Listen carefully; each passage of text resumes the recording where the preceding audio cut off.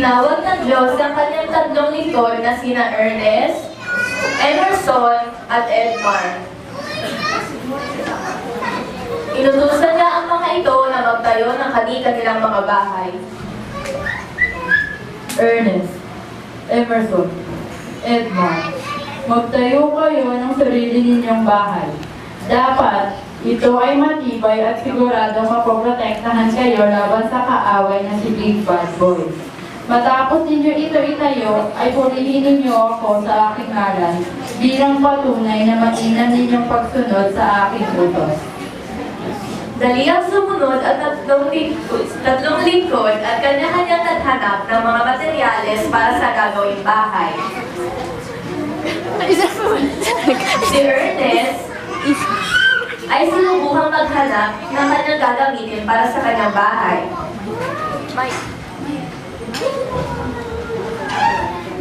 Siya ay nakahanap ng mga dayami.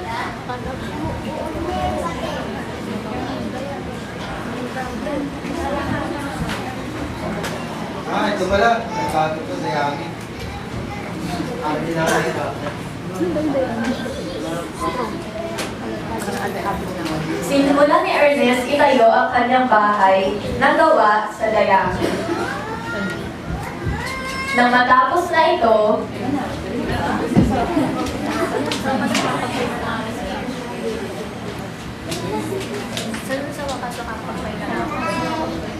Ay, sa wakas.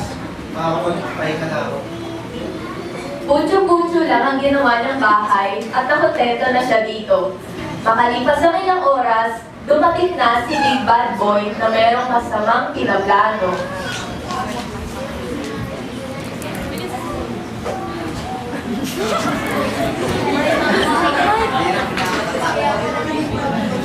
Balak niyang sirain ang bahay ni Ernest.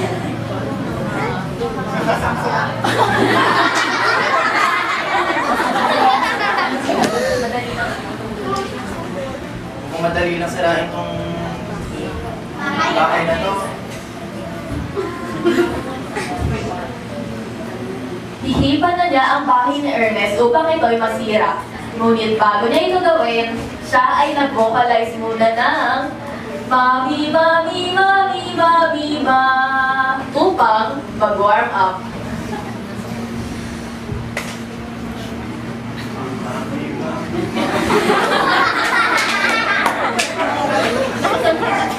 Mami, mami, mami, mami, mami. At hinipan niya ang bahay ni Ernest.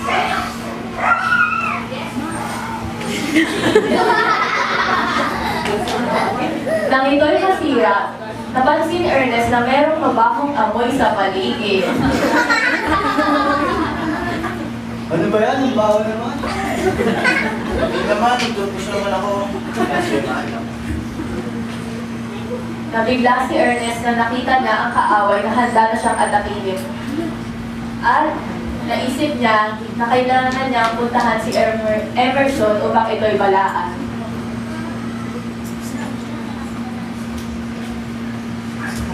Yan lang, kailangan pa lang pala kasi Emerson. Sira na yung bahay ko.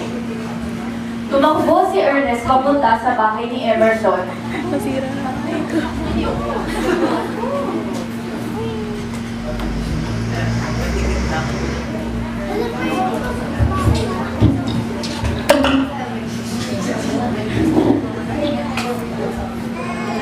Naabutan ni Ernest na kakatapos lang ang paggawa sa bahay ni Emerson. At binalaan niya ang kanyang kasama. Ito ba naman yun? Baka masira ang bahay mo. Hindi pa ito sisirain yan. Baho ka na.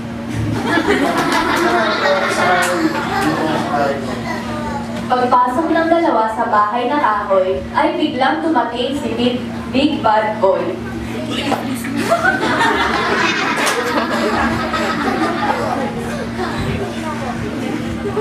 Sinubukan din niyang ibain ang bahay na gawa sa kahoy.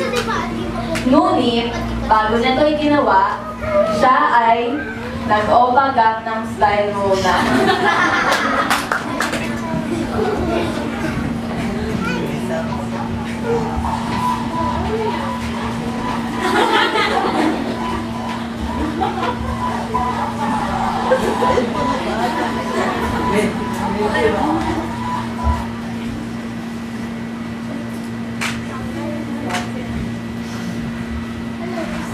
Hinipan niya ang bahay na gawa sa kahoy. Tama ka na, tama ka na. Tama ka. Basta mabaho yung...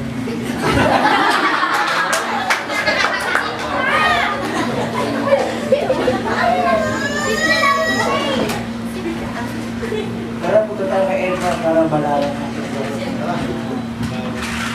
Tara.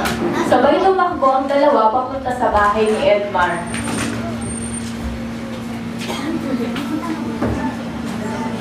Samantalang, sa lugar ni Edmar,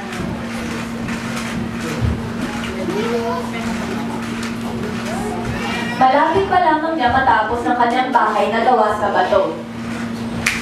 Dumating si Carla Conejo at nakita niya kung paano nagpapakahirap si Edmar sa pagbibig ng mga bato at kukutsain niya ito.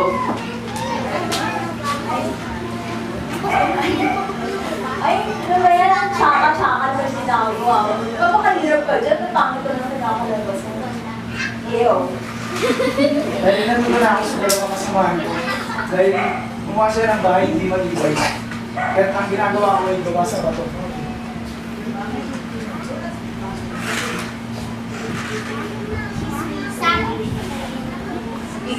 Idinulan ni Carla Conejo ang kanyang sitwasyon na inutusan din siya ng Diyos upang pumunta sa finish line na may bitbit na basket ng mga pagkain.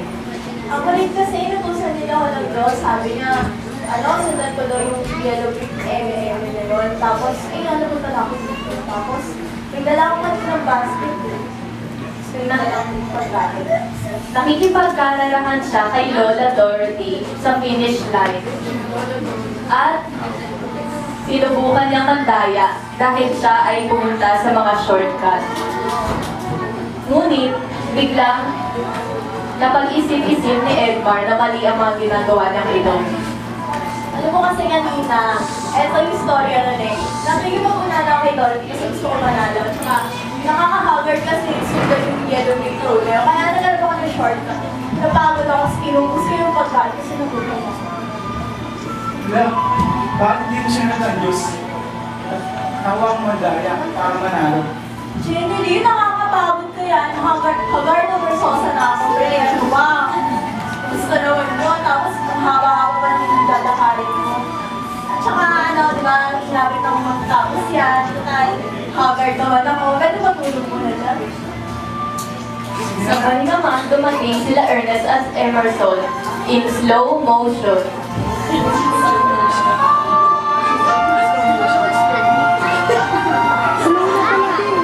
Slow na kahit yung slow mo.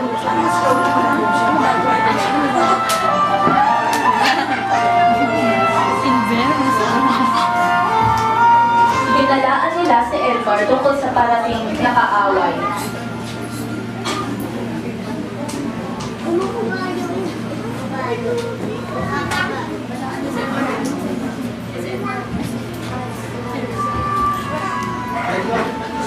Pwede ba ito? O sige, i-ubos na yung bahay ko. Camera. Ngunit agad-agad na may dumating na bata. Hindi ko alam yung code. Lang pang camera. Ano ginagawa mo? Hindi niyo ako kilala. Ako si Little Red Riding Hood. Hindi niyo kilala.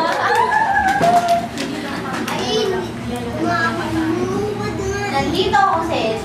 Dadala ko ni Lola ng pagkain. Dadala naman kailangan ni Little Red Riding Horse ng pagkain. Nalatalong na Riding katawan. Riding horse? Nagtaka si Edmar dahil sa storya ng Little Red Riding Hood, si Little Red ang magdadala ng pagkain sa lola niya. Bakit pa nang iba ang nangyayari? Di ba dapat, ang lola mo, ikaw ang magdadala ng pagkain sa lola mo? Basta, yun na yun Yun na yun! Nagugutom ako, yun lang yun. At sama-sama silang pumasok sa bahay ni Edmar. Biglang dumating muli si Big Bad Boy at nais na muling libain ang bahay na gawa sa bato.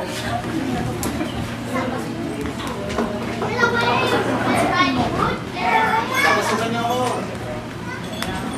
Napagkamala ni Little Red na ito ang kanyang lola. Lola? Ikaw ba yan, Lola? Lola? Lola mo, si Big Bad Boy. Paano ka sure? Sinubukang hipa ni Big Bad Boy ang tahanan ni Edmar.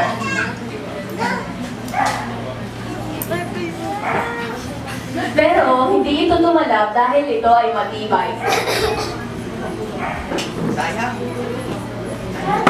Ngunit siya ay nakaisip ng isang bright idea.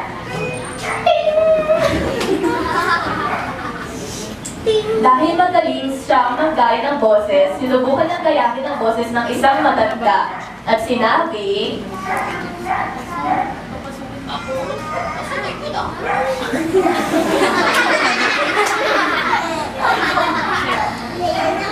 Oh, si Lola yun! Kayo talaga rin nagloko-loko!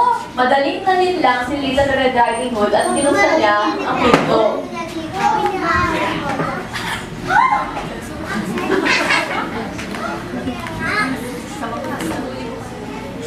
Sa wakas, nakapasok na rin ako.